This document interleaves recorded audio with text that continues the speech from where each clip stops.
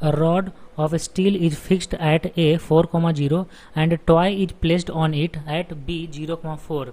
Now rod is rotated about A through an angle of 15 degree in clockwise direction. ठीक है, clockwise direction rotate किया जा रहा है रॉड को, किसके अबाउट, अबाउट ए के अबाउट, मतलब ए फिक्स्ड है, अब रोटेट करना है रॉड को.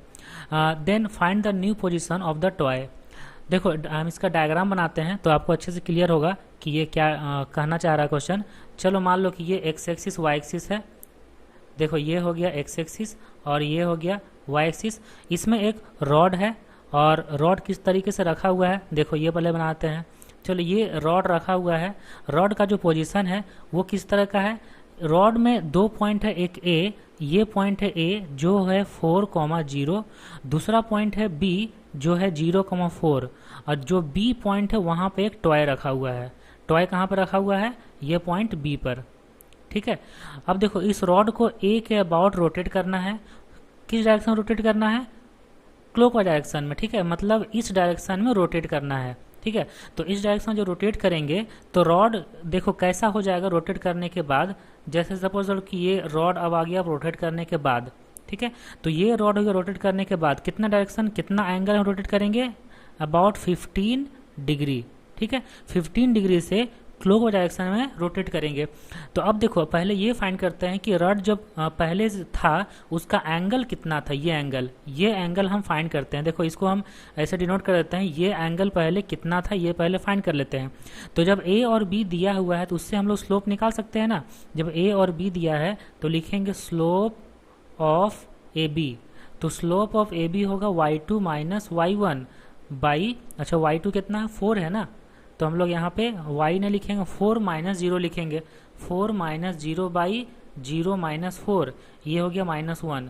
तो स्लोप -1 है, थीटा कितना होगा 135 डिग्री. ठीक है, तो ये यहाँ से यहाँ तक एंगल हो गया 135 डिग्री. तो यहाँ लिख देते हैं ये एंगल 135 डिग्री है. अब 15 डिग्री से रोटेट करेंगे क्लॉकवाइज डायरेक्शन में तो अब एंगल कितना बचेगा, देखो अब एंगल बचेगा 135 था, 15 डिग्री राइट गया तो ये जो एंगल हो गया ये एंगल हो गया 120 डिग्री. अब जो न्यू पोजीशन में रॉड आ गया है तो उसका जो एंगल है इंक्लाइनेशन 120 डिग्री है.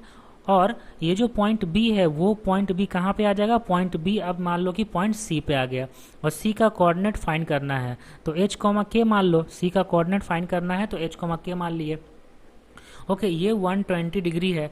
तो हम यहाँ पे लगाते हैं एक फार्मूला लगाते हैं जिससे ये क्वेश्चन सॉल्व होगा, जिसको पैरामेट्रिक कोऑर्डिनेट भी बोलते हैं. तो h माइनस ए का कोऑर्डिनेट कितना है, ए का एक्स कोऑर्डिनेट 4 है, तो h माइनस 4 बाई और इंक्लाइनेशन है 120 डिग्री तो कॉस 120 डिग्री इक्वल टू.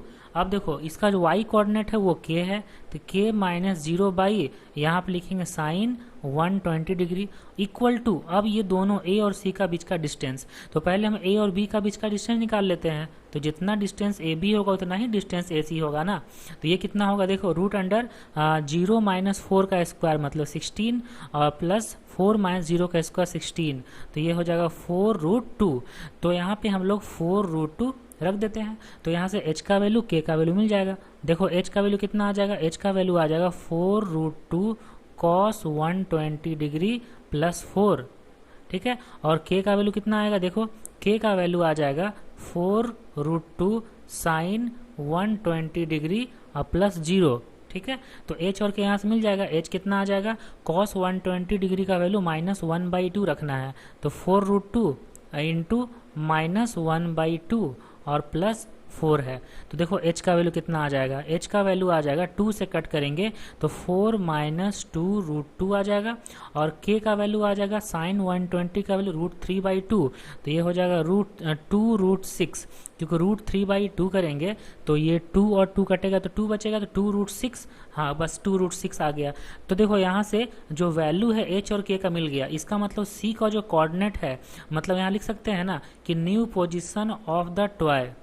तो new position of the toy, तो टॉय का न्यू पोजीशन कितना हो गया, ये हो गया 4 माइनस 2√2 2√6. तो ये हो गया आंसर जो सी का कोऑर्डिनेट है. ओके.